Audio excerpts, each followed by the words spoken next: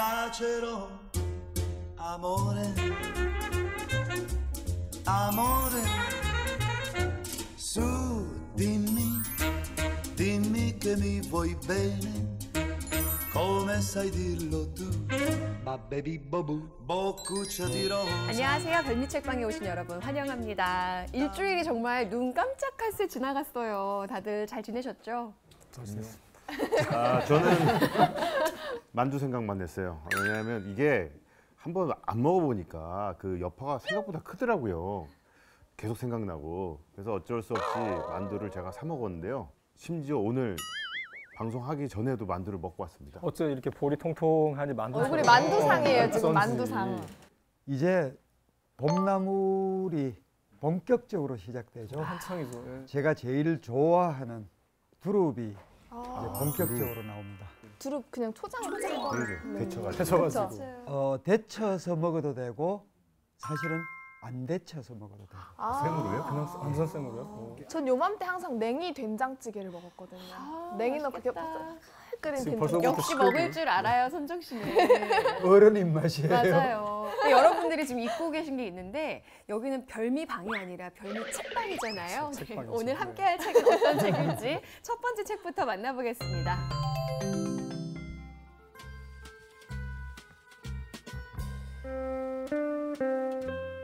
밥알 사이로 드문드문 붉은빛이 도는 문어 조각들과 부추로 보이는 야채, 당근 조각 등이 뒤섞여 있었어.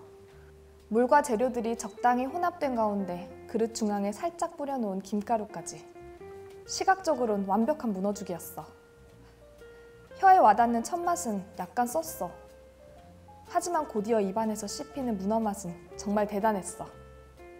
아삭함과 쫄깃함, 그리고 입안으로 넘어간 뒤에 목구멍에 남아있는 마치 그래야만 할 것 같은 침묵. 지금 이 순간 어떤 것이 이 죽의 맛을 대신할 수 있을까?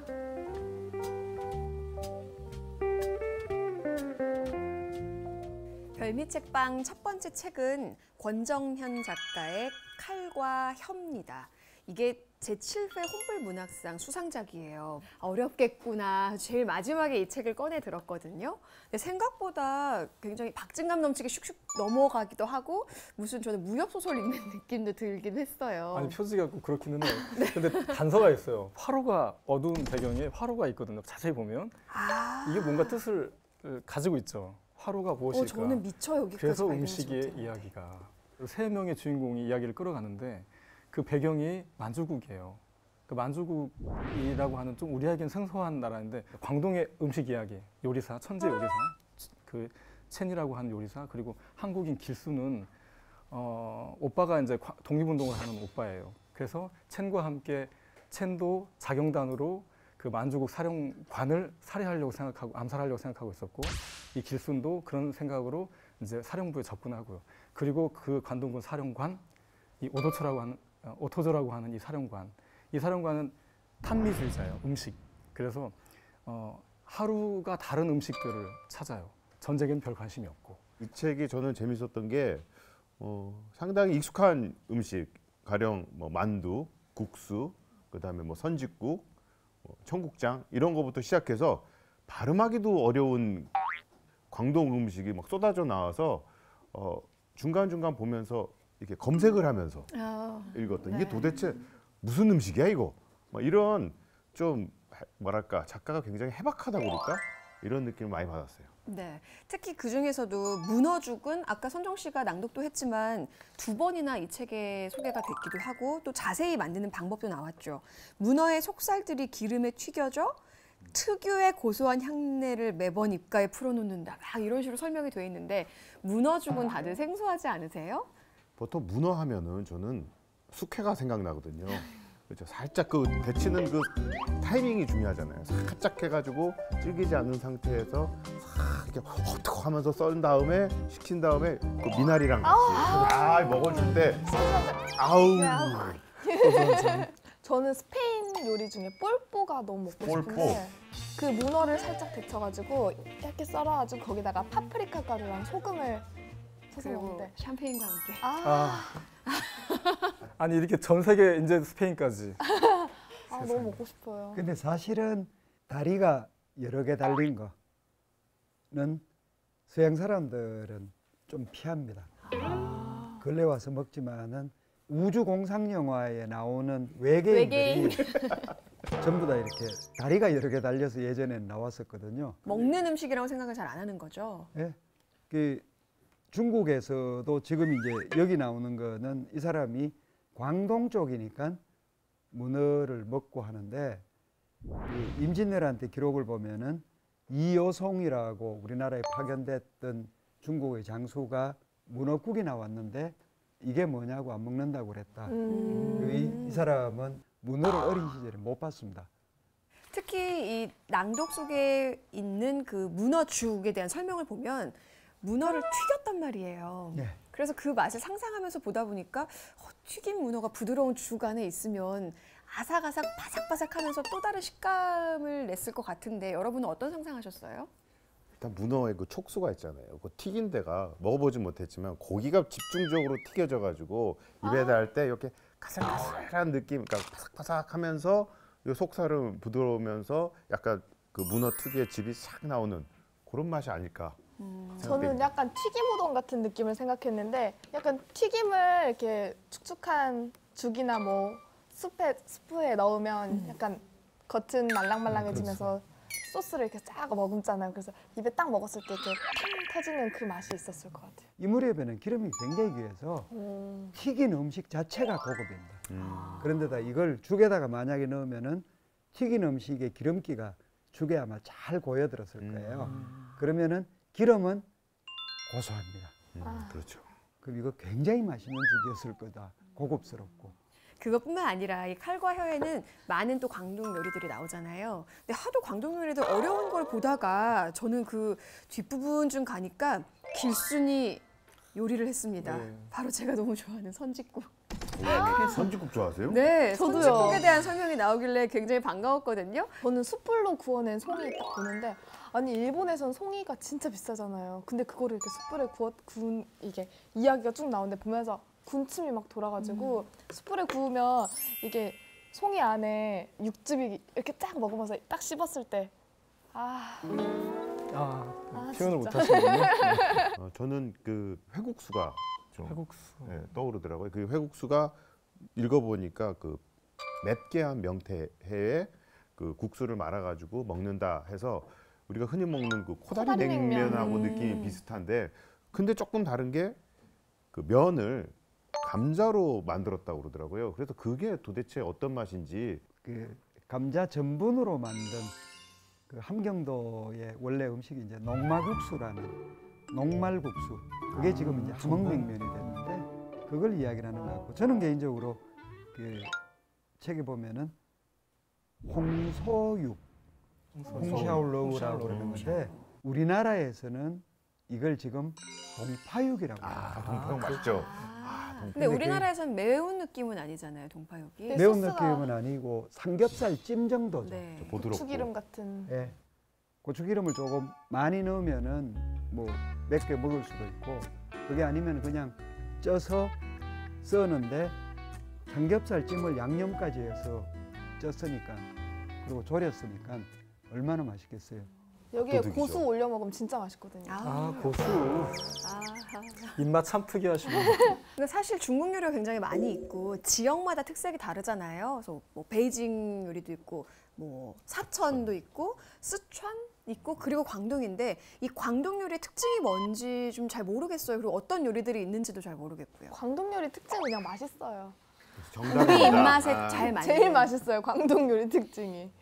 그 북쪽이거나 혹은 내륙 쪽은 중국은 해산물을 운반을 할 수 있을 정도 거리가 아닙니다. 중국은 기본적으로 천리, 이천리 이렇게 들어가기 때문에 해산물을 안쪽으로 갈 수도 없고 광동 요리는 해산물, 채소, 그 다음에 안쪽에 있는 고기류들, 곡물 이게 다 모여드는 데다가 일찍부터 유럽 쪽하고 교역을 하고 했으니까 요리법도 들어오고 향신료도 특이한 게 많고 해산물도 있고 이러니까 한마디로 이 지역 사람들은 마음껏 먹을 수 없는 인생은 살 필요가 없다고 생각하는 사람. 아, 이렇게 그 광동 지역의 음식 얘기를 나누는 것만으로도 마치 중국 요리집에 와서 광동 요리 한 상 쫙 받은 광동에 것처럼. 있는 것 같아요, 지금. 배고파요. 입에 지금 너무 침이 고이는데요. 칼과 혀에 나왔던 문어 죽이었고요. 자, 그럼 이제 두 번째 책 만나보겠습니다.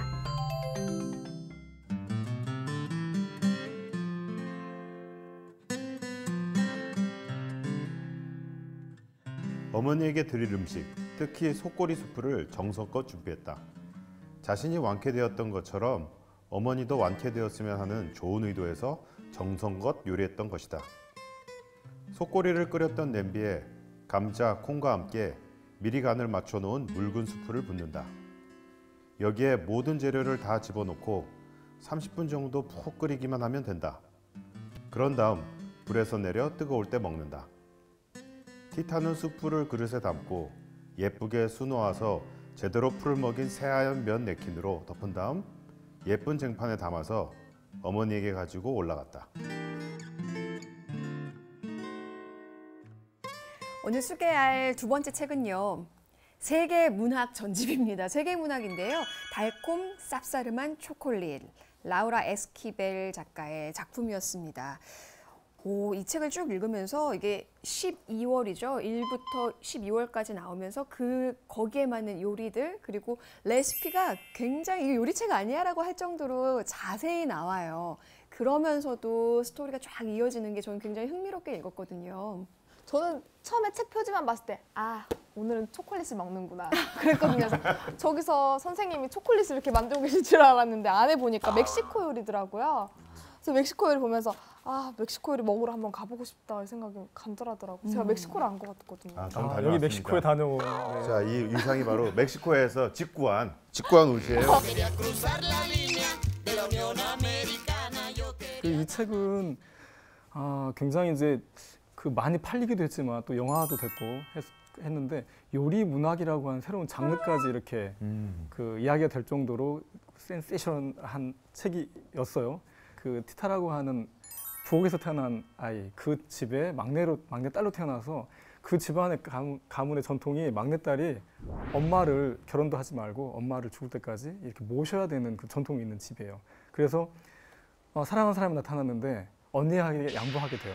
그래서 결혼해서 들어온 사랑하는 사람과를 형부로 맞고 이렇게 수십 년 동안 살아가는 과정이에요. 12월에 12가지 음식과 그 사랑과 또 사이엔 어떤 조그만 음모도 있고 배신도 있고 새로운 사랑도 있고. 이 책에 나온 오늘의 요리 또한 우리와 어떻게 보면 좀 익숙하기도 한 그 속꼬리 스프예요. 속꼬리 스프면 곰탕, 속꼬리찜 이런 식으로 우리도 자주 해먹는 식재료에 약간 다른 느낌으로 뭔가를 해낸 것 같은데 사실 이게 12달의 음식이지만 22년의 이야기예요. 근데 그 와중에 아까 내가 속꼬리 요리를 먹고 몸을 좀 회복했던 것처럼 자기가 또 그 기억을 가지고서 어머니를 회복시키기 위해서 요리를 하는데 마침 또 7월이면 한참 우리한테는 굉장히 더운 때인데 보양식처럼 보이거든요.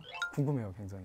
또 멕시코에서는 우리하고 계절이 좀 많이 달라요. 그러니까 우리는 12월 하면 겨울인데 멕시코 가보면 제가 12월에 갔거든요.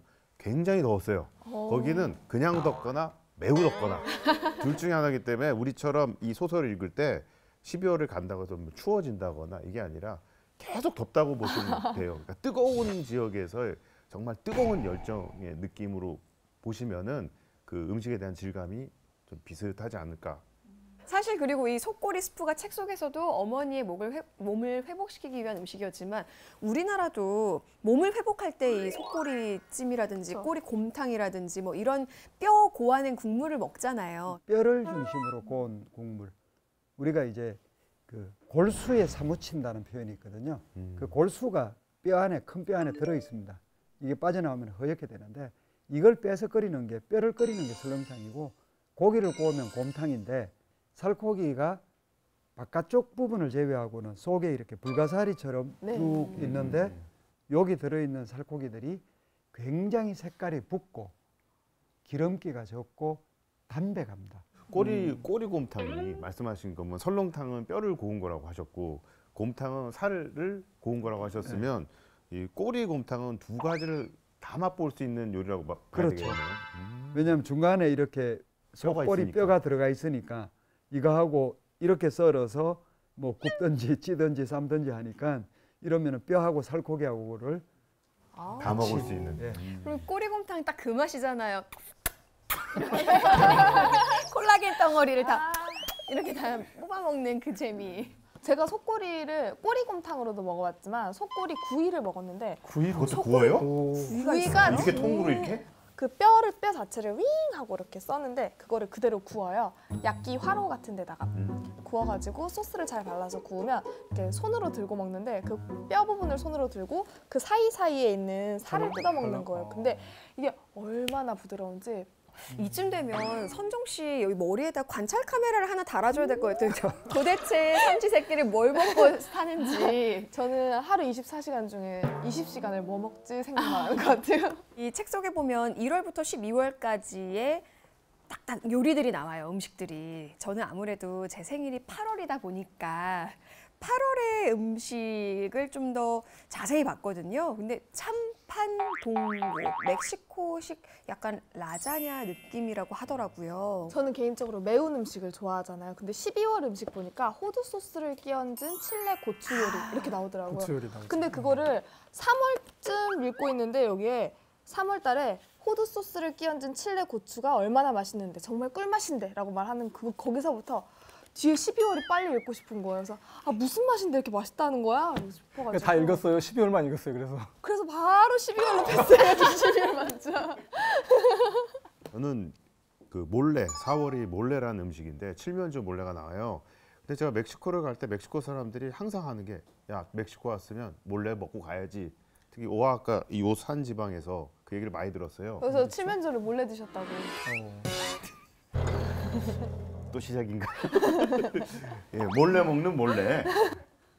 근데 진짜 몰래 안 먹고요. 다들 그냥 대놓고 버젓이, 먹어요? 버젓이. 네, 버젓이 먹더라고요. 숨어서 안 먹고 예. 버섯이. 근데 그 몰래 초콜릿이 들어가요. 보면 카레 같은데, 아니 카레 같은 거를 초콜릿으로 만들어서 밥을 비벼 먹는다. 거기에 뭐 칠면조 고기까지. 근데 굉장히 맛있었어요. 그 초콜릿이 하면 우리가 그냥 무조건 달다고 생각하는데 초콜릿 자체, 즉 코코아 자체는 달지가 않잖아요. 그러니까 그 초콜릿이 갖고 있는 약간 짠맛도 있고 새콤한 맛에다가 다른 어떤 양념하고 곁들여서 걸쭉하게 만드니까 굉장히 그게 뭐랄까 맛있었어요. 그래서 이런 음식도 있구나 할 만한 맛이었어요. 오늘은 좀 더 생소한 요리들이기 때문에 어떤 맛으로 어떻게 요리를 해주실지 더 궁금합니다. 정정혜 선생님, 오늘도 사랑과 정성을 듬뿍 담아 해주시겠죠? 네, 안녕하세요. 한 접시의 요리보다 더 중요한 것은 그 접시에 담긴 그 요리사의 진심이라고 합니다. 그간 제 진심 느껴지셨나요? 네. 아니 저는 이제 선생님만 보면 자동으로 배에서 꼬르륵 소리 나요. 어쩐지 아까 뭔가 소리가 났었어요 지금. 그 속꼬리 음식이 멕시코에도 있잖아요 지금. 그 맛은 또 어떻게 될지, 어떻게 요리를 하실지 궁금해요. 어떻게. 스튜에 좀 가까운 음식입니다. 보통의 그 스튜에는 토마토가 꼭 들어가는 것 중에 하나인데요. 스튜의 주 재료가 육류이기 때문에 그래요. 소고기라든가 돼지고기, 닭고기 이러한 고기들에 그 토마토를 넣게 되면서 용해가 돼요. 그래서 맛이 굉장히 담백해지죠. 그리고 또 토마토 속에 들어있는 유기산은 맛의 그 상큼함, 그러니까 한국식으로 표현하면 개운하고 시원한 이런 맛을 표현해주기 때문에 고기 속에 토마토를 넣게 되면 굉장히 좀 특별한 맛을 느낄 수가 있고요.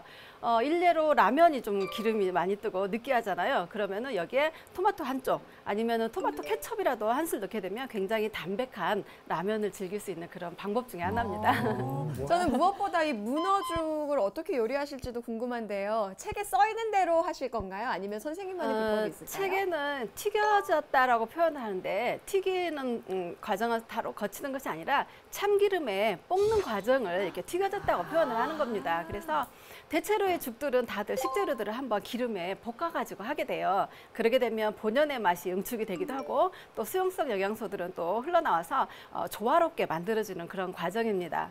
그래서 오늘 문어죽은 굉장히 핑크빛이 블링블링해서 네, 봄날에 진달래 꽃잎 입에 살짝 물었을 때 같은 그런 맛이 분명 나올 것 같고요. 오늘 살짝 소고리 누웠을 것 스프는 뭐 또 봄날에 그 지루하거나 뭐 이렇게 춘곤증 이런 것들에 좀 더 도움이 되는 보양식 같은 음식이라고 생각이 됩니다. 저는 이게 선생님 말씀을 이렇게 가만히 이렇게 눈 감고 들으면 이때가 너무 좋아요. 먹기 전보다 이 상상하면 이미 맛있어. 아, 그럼 오늘 상상만 하시는 걸로 해요, 그러면. 선생님, 그럼 반대쪽에서 해야 되겠는데, 그럴 순 반대쪽에. 없어. 선생님 오늘도 잘 부탁드립니다. 네, 알겠습니다. 아니 정말 선생님 설명을 듣고 나니까 상상했던 것보다 훨씬 맛있을 것 같은, 훨씬 입안에서 다채로운 그 느낌을 줄 것 같은 기대가 되는데요. 저는 오늘은 뭐 노코멘트 없습니다. 오늘은 속골입니다. 속골이. 토마토, 속골이. 저는 다릅니다. 문어죽입니다. 문어죽. 네. 저는 지금 결정했습니다. 문어죽. 문어죽. 저는 사실 둘 다 먹고 싶어요. 그래서 고를 수가 없는데 많이 먹는 쪽으로 가려고요. 뭐예요? 뭐야? 문어죽이에요? 전 문어죽이요. 그러니까 선정 씨는 사실 좀 우리가 모든 이러다 음식이 먹고 싶은 거고요. 네, 그렇죠. 맞아요. 눈치 게임을 하는 거예요. 그러니까 저 오늘 걱정이 되는 게 이러다가 문어죽 하다가 무너지는 거 아닌가 이번에도. 선장님이.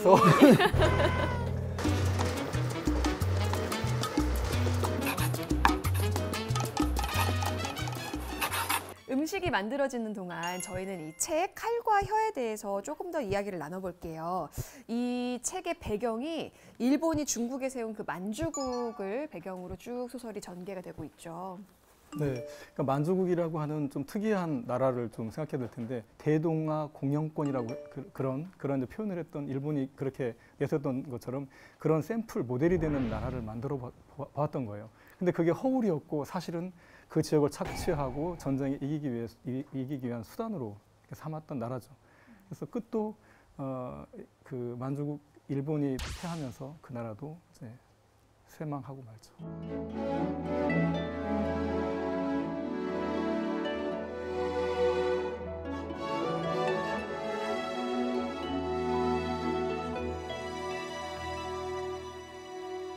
사실 여기는 굉장히 중요한 사실도 있어요. 역사적인 사실이 그 오토조라고 하는 관동부 사령관이에요. 예. 근데 실제 인물이 이랬답니다. 그래서 전쟁 싫고 무언가 다른 것으로 자기의 삶을 이 전쟁의 그 지루한 상황을 헤쳐가려고 했던 사람이고 그 실존 인물이를 모델을 했다. 근데 이게 이제 저는 이 칼과 혀가 가지고 있는 팩션의 요소, 그러니까 픽션이면서도 실제의 역사적인 사실을 그대로 가져와서 소설을 이렇게 직조해보는 그런 이제 매력 있는 장르가 탄생한 거죠. 그런 인물이었기 때문에 사실 이 상황이 좀 우스꽝스럽기도 하잖아요. 전쟁 중이라는 긴박한 상황 속에서도 음식을 탐닉하고 음식을 만들고 그리고 그걸 맛보면서 이런 것들을 느끼는 어머니가 자기에게 분코규라고 하는 쇠고기를 숯불에 구워준 그 맛을 이렇게 계속 떠올리거든요. 이 맛에 전쟁이 이 와중에 맛에 천착하는 것도 그렇고 그러니까 어머니에 대한 어떤 그런 인상, 일찍 돌아가신 어머니에 대한 어떤 사랑, 애정 그것을 끊임없이 이 맛을 탐닉하는 데서부터 가는데 그 중요한 그 매개자가 첸이잖아요. 요리사잖아요.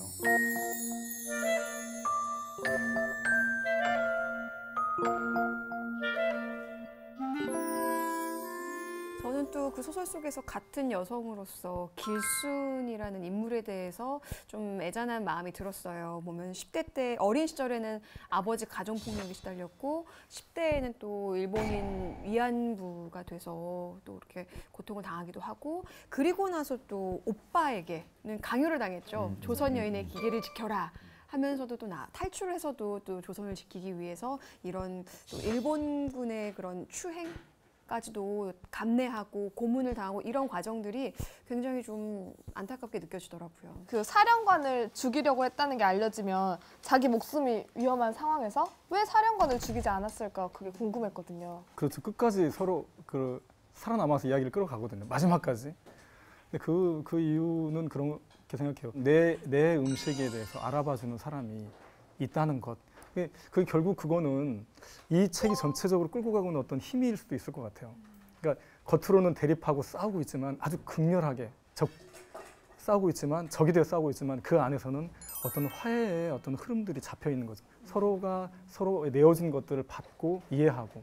사령관도 자기를 죽이려는 거를 분명히 알았는데 특히 요리사가 자기를 죽이려고 한다고 하면 얼마나 불안하겠어요. 독을 넣을 수도 있고 그냥 먹다가 뭐 배탈도 날 수 있고 그런데도 곁에를 계속 두면서 보는 게 사실 저는 읽으면서 계속 이해가 안 됐어요. 물론 말씀을 들으니까 이해는 되지만 저 같았으면 아유 그렇게는 못했을 것 같아요.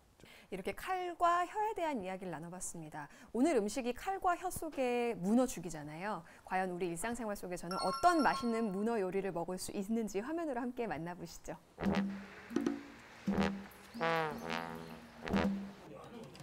오, 닭이 나오네요. 삼계탕은 아닐 것 같고.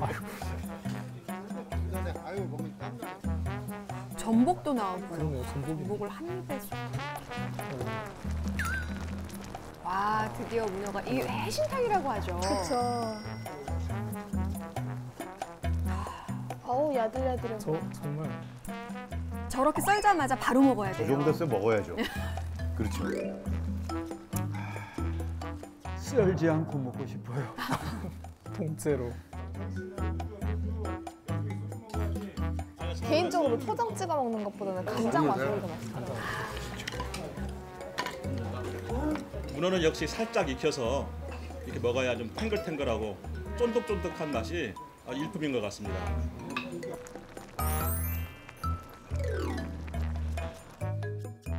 육수를 맑은 육수를 내서 이제 해신탕에 쓸 육수를 넣나 봐요, 저렇게. 닭을 삶고. 저게 뭐죠? 엄나무입니다. 엄나무. 예, 엄나무 말려서 보통 삼계탕 끓일 때 들어가는 약재들이 들어가네요. 압력솥에 노란 국물이. 저것만 먹어도 맛있는데.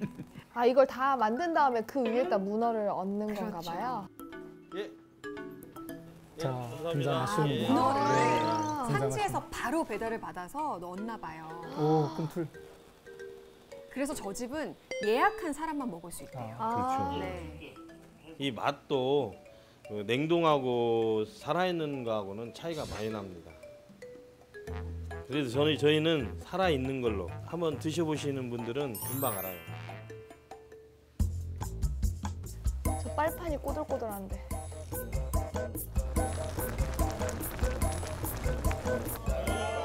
문어 드디어 주인공의 문어가 등장했습니다.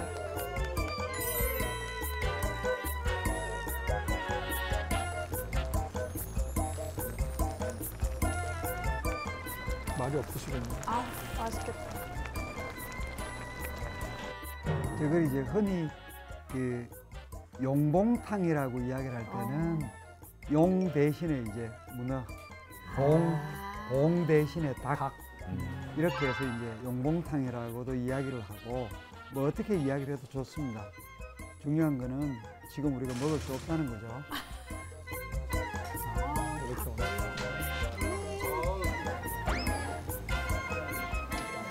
맛있겠다. 문어를 몇 개나 올리신 거예요? 한겨울 지나고 어르신들이 이제 기력 떨어지고 기운 없을 때 어머니들 모시고 이렇게 한 번씩 와서 식사 대접하시고 나면은 1년을 간단하게 잘 보내시더라고요, 이게요. 그래서 아주 어르신들한테도 좋은 음식이더라고요, 이 해신탕이요. 저번 1년에 한 번만 먹으라 그러면 화낼 것 같은데.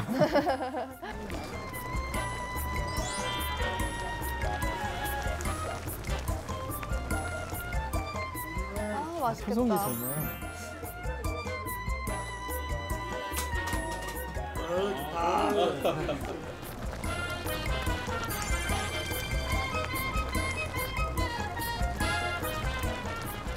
벌써 찌개졌어요. 문어가 갑자기 살아있는 문어가 갑자기 무슨 소리죠? 아, 이거 뭐야? 뭔가 지금 볶아지는. 선생님 혹시 이게 지금 문어를 튀기는 소린가요? 네, 지금 참기름에 아주 볶는 겉은 소리. 바삭하고 속은 보들보들하게 익히는 과정을 하고 있습니다. 제가 대표해서 한번 맛을 보고 올까요? 안 돼요. 아니요. 보고 나니까 당장이라도 문어를 이렇게 좀 질겅질겅 씹고 싶은 생각이 드는데 저 해신탕 드셔보셨어요? 아 그럼요. 그런데도 지금 속골이란 말이에요? 지금 말 시키지 마세요. 지금 머릿속이 복잡합니다 지금. 저도 눈으로 문어를 봤는데 금방 그 문어가 볶아지는 소리를 딱 듣고 나니까 이것은 운명인가? 아, 맛있겠다. 저 이 자리 진짜 고통스러워요. 너무 잘 보여요, 저게.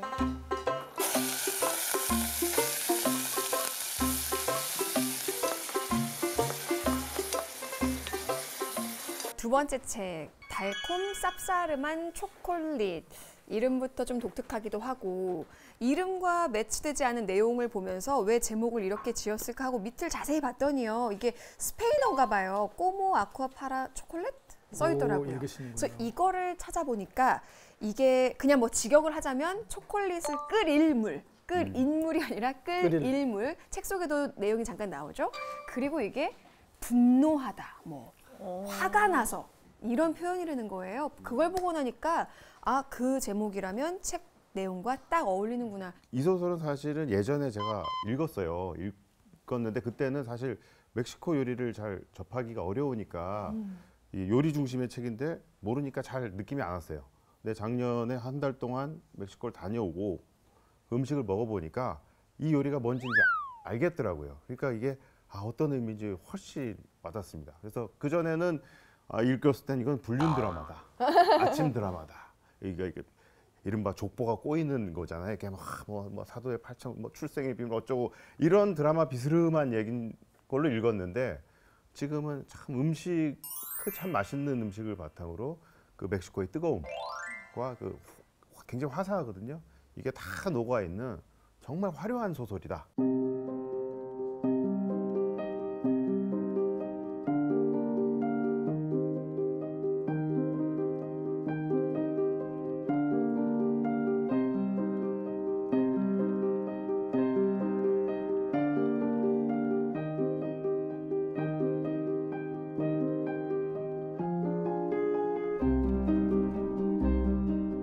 현실적으로는 우리나라랑 완전 정반대더라고요. 이거 보면은 과거에 우리나라 같은 경우에는 장손이 집안 대소사를 다 이렇게 맡아서 했다면 여기 책에서는 소설 속에서는 이제 막내딸이 그 역할을 수행하고 있더라고요. 저는 그래서 좀 화가 났어요. 왜 이 막내딸의 운명을 막내딸로 태어나서 엄마를 돌아가실 때까지 모셔야 하며 그렇기 때문에 연애도 못하고 결혼도 못하고 저는 이 엄마가 친엄마가 맞나라는 생각이 들 정도로 거의 종부리듯이 왜 막내딸에게만 이래야만 하는가 읽으면서 감정이 입돼서 화가 나더라고요. 너무 분노했어요. 가혹한 삶. 분노의 초콜릿. 분노의 초콜릿이 그래서 제목에 맞는 것 같고요.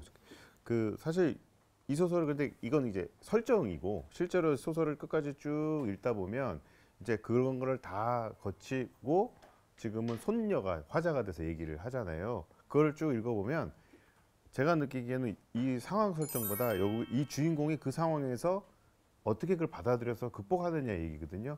특히 소설에 이런 구절이 나와요. 사람은 마음속에 성냥을 하나씩 갖고 있다. 성냥갑이 있다. 성냥은 그 자체로 불이 안 붙고 산소와 촛불이 필요해야 불이 붙는다. 근데 그 산소라는 것이 바로 사랑하는 사람의 입김이고 그 촛불, 불을 붙이는 촛불은 사랑이라든가 음식이라든가 이런 것들이 결합이 될 때 이 성냥은 불이 붙는다. 그래서 불이 붙어야 영원히 풍부해진다. 이 구절을 읽었을 때 이게 이 소설의 정말 아름다움이 아닐까. 이 얘기를 하기 위해서 이런 말씀하신 이렇게 억압된 이 환경을 만든 거 아닌가 싶었어요. 티타가 어떻게 보면 이 집안의 전통적인 음식을 해낼 수 있는 마지막 그 승계받은 사람이 아닌가라는 생각이 들더라고요. 집안의 요리를 담당하면서 또 어릴 때 그 유모에게 배웠던 그런 것들 그리고 이 그녀가 아니면 더 이상은 이런 음식들을 해낼 수가 없는 그녀의 능력이 참 부럽기도 하고 그래서 주인공이 그 힘든 상황에서도 모든 열정을 쏟고 고난과 역경을 이겼던 게 바로 요리였잖아요. 저는 책 읽으면서 내가 어떤 거에 이렇게 열정을 쏟았지 생각해보니까 저는 먹는 거에 열정을 쏟았더라고요. 인정합니다. 음식 시간을. 저는 굉장히 중요한 이야기를 했어요. 저도 이제 보면서 굉장히 혼자 좀 깔깔대고 웃었는 게 이런 이야기를 합니다. 티타는 누군가가 배가 고파서 음식을 찾는데 먹을 것을 줄 수 없을 때가 가장 참을 수 없었다. 이야기는 우리 부모들이 예전에 아이가 음식을 찾는데 그걸 입에 음식을 넣어줄 수 없을 정도로 가난하다. 이렇게 이야기를 한 것처럼 티타도 제일 못 견디는 일이 누군가가 음식을 찾는데 그걸 줄 수가 없을 때. 그런 마음이 딱 이 책에도 그대로 표현되어 그렇죠. 있잖아요. 아주 그런데 굉장히 판타스틱하게 맞아요. 과장돼서 드러나는 거죠. 우리 앞에 제시해 주는 것이 아니라 우리가 그걸 그 세계를 만들어갈 수 있으니까. 근데 지금 보니까 밥장님 모자 토마토 숲이에요. 제가 오늘 다 준비한 거예요. 저는 이미 뭘 먹을지 속꼬리 숲으로 이미 저는 얘기를 하고 있는 거예요. 이미. 네, 그럼 과연 이 달콤 쌉싸름한 초콜릿 속에 나오는 이 속꼬리 수프, 우리 일상생활에서는 어떻게 요리되고 있을지 함께 만나보시죠.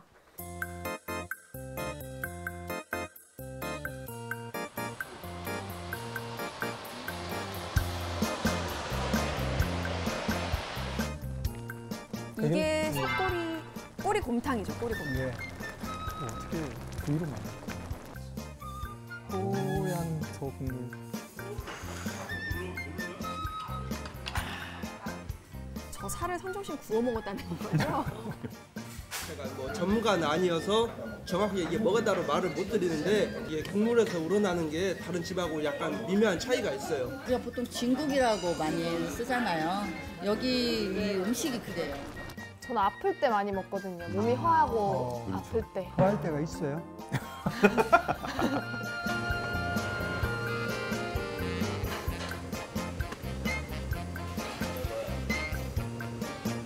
저희들 육수는 조가구, 소 머리, 그다음에 꼬리, 그다음에 소건이라고 해서 그 흔히 우리가 알고 있는 도가니하고 스지 부분, 이제 고기 부분을 익히는 시간이 3-4시간 정도가 걸리고, 그다음에 이제 육수를 뽑는 시간이 4-5시간 정도 또 걸려요. 이제 뼈에서 우러내는 본격적으로 우러내는 시간이요. 그래서 총 9시간.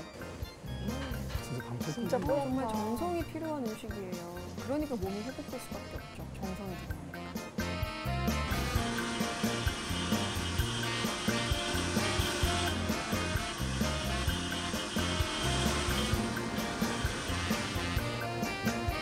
고기는 저보다 훨씬 얇게. 완전히 굉장히 얇게 얇아요. 해야 됩니다.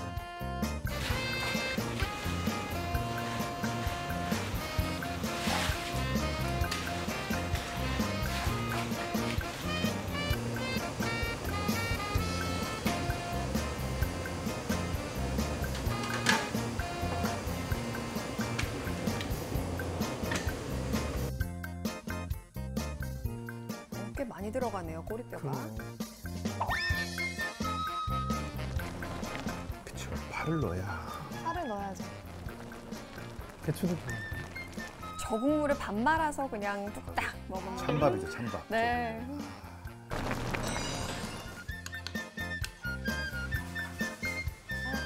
당장에 저 고기를 제가 씹고 싶어요. 마음이 흔들리기 마음이 흔들리기 시작했어.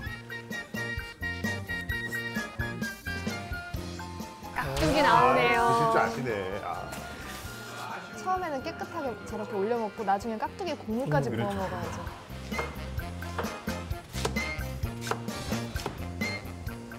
아, 이게 깍두기 만드는 거. 사실 곰탕집은 저 깍두기 맛이 또 중요하거든요. 국물 나오기 전에 깍두기 맛 봐면 저 집이 잘하는 집이냐. 맞아.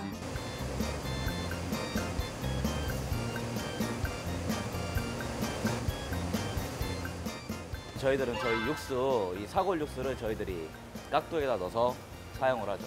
숙성할 때 숙성도 조금 빠를 뿐만 아니라 맛도 약간 감칠맛이라든지 그런 것이 더 강한 것 같아요. 아우, 진짜. 제대로 드시네요.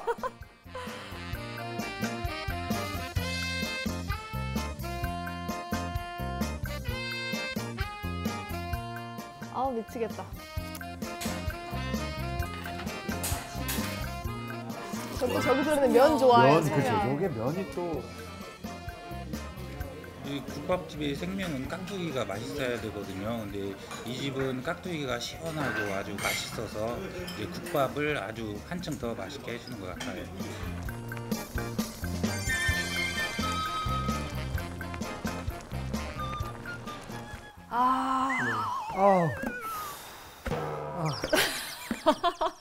말씀을 좀 해주시죠. 고문인데요.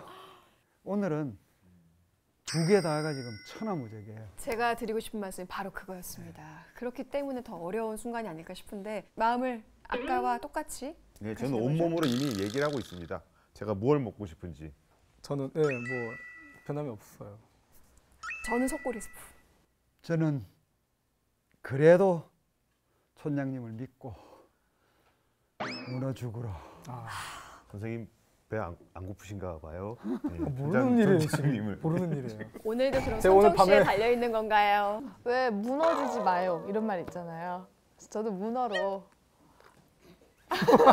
왜 안 믿기지? 불안한데? 속꼬리 스프, 문어. 속꼬리 스프, 문어, 문어. 일단 책을 들기 전까지의 결정은 마음속의 결정은 이렇게 내려졌습니다. 과연 오늘 누가 먹게 될지. 전 못 먹을 것 같아요. 드디어 오늘 완성됐습니다.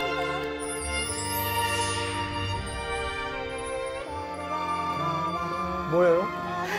이게 문어죽인가요? 문어인가 보다. 문어겠죠? 벌써 고소한 냄새가 밖으로 나와요. 나 스프인 분한테.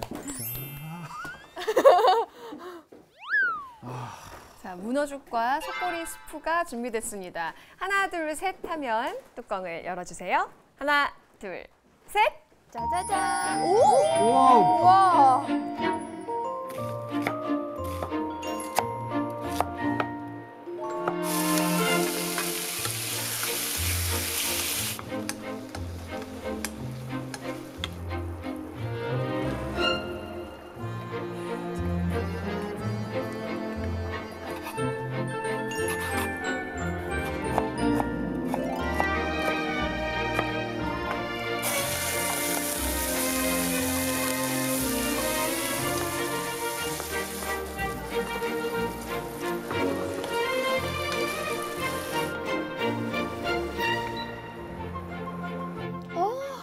향 너무 좋고요. 일단 여기 문어 빨판이 바로 보이는데 이게 보자마자 식감이 그냥 상상이 돼요. 오독오독하고 부드러울 것 같고 여기 살은 진짜 오동통한데요. 가운데는 부들부들해 보여요. 믿어도 돼요? 믿으세요. 믿고 싶어요. 왜냐하면 믿고 싶어요. 그 생각했던 그런 빛깔과 이런 그 향이 없어요. 애써 지금 피하고 네, 있어요. 아, 지금 과장된 거예요. 벌써 네. 여기 분명히 나는데 안 나요. 안 아무리 난다 해도. 안 나도 이게 왜 저래? 이게 말은 이러지만 눈은 이렇게 돌아오는. 어떤 향이에요? 아니에요, 눈. 굉장히 기본적으로 우리가 곰탕에는 사실 냄새가 그렇게 많이 나지는 않잖아요. 근데 여기는 토마토가 들고 그다음에 약간 기름이 들어가서 그런지 굉장히 고소한 데다가 어디가 고소해요 지금? 이 우리 파스타 딱 처음 나올 때 막 그 토마토 파스타 나올 때 그 냄새 있죠. 와 파스타다. 아, 그건 예, 인정해요. 예. 그 향이 맛. 그냥 납니다. 멕시코 향이 납니까? 보세요. 라쿠칼라차 이런 맛이 날 겁니다. 가장 중요한 순간이죠. 달사초. 문어죽입니다. 문어죽과 잠깐만요, 문어죽과 문어죽과 속꼬리 스프. 양쪽 다 불안해요 지금. 제가 상상하기에 왠지 또 양쪽의 두 분이 이렇게 되지 않을까 생각해보며 자, 선택의 시간입니다. 혀에 와닿는 첫 맛은 약간 썼어. 하지만 곧이어 입안에서 씹히는 문어 맛은 정말 대단했어.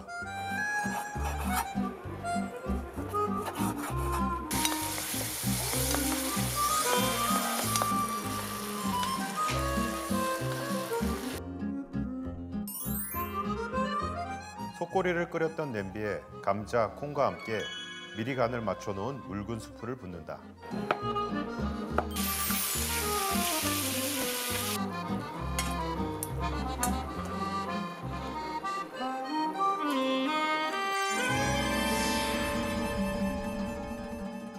준비되셨죠? 네.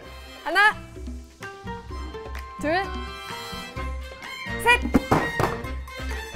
라쿠칼라차, 라쿠칼라차, 셋! 라쿠칼라. 라쿠칼라차, 라쿠칼라차. 봐봐요, 팀장님. 네, 알고도 당하는 배신. 제가 선택이었어요. 내가 눈치를 자꾸 그렇게 눈치를 줬는데도 참 그걸 또 못 읽으시네요.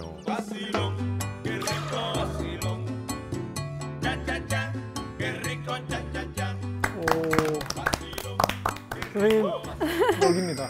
네. 고맙습니다. 너무 귀엽다. 와. 속꼬리가 들어가 있고요. 속꼬리 있어요? 꼬리를 발라서 네, 넣어주셨네요. 먹기 편하게 되게. 야, 맛있겠다. 향기가 이래도 안 나요? 이래도? 아까 안 나신다고 그랬죠? 나요.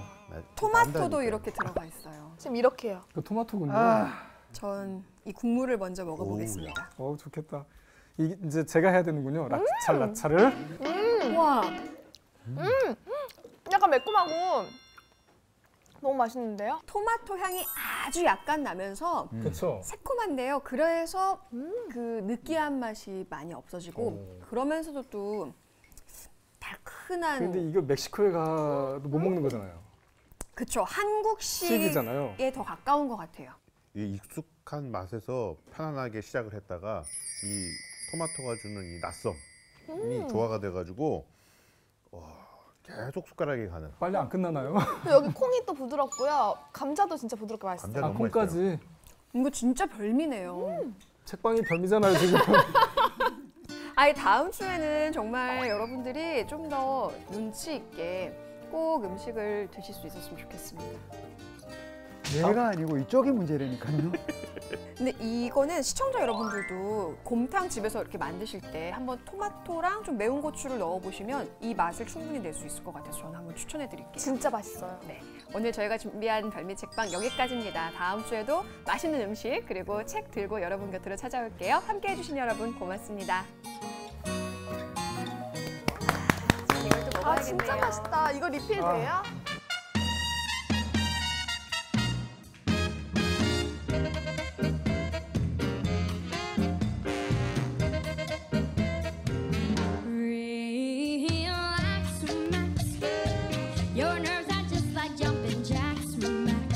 억지로 먹은 떡이지만 혀끝에 닿는 순간 온 몸이 나른해지고 기분이 좋아졌다.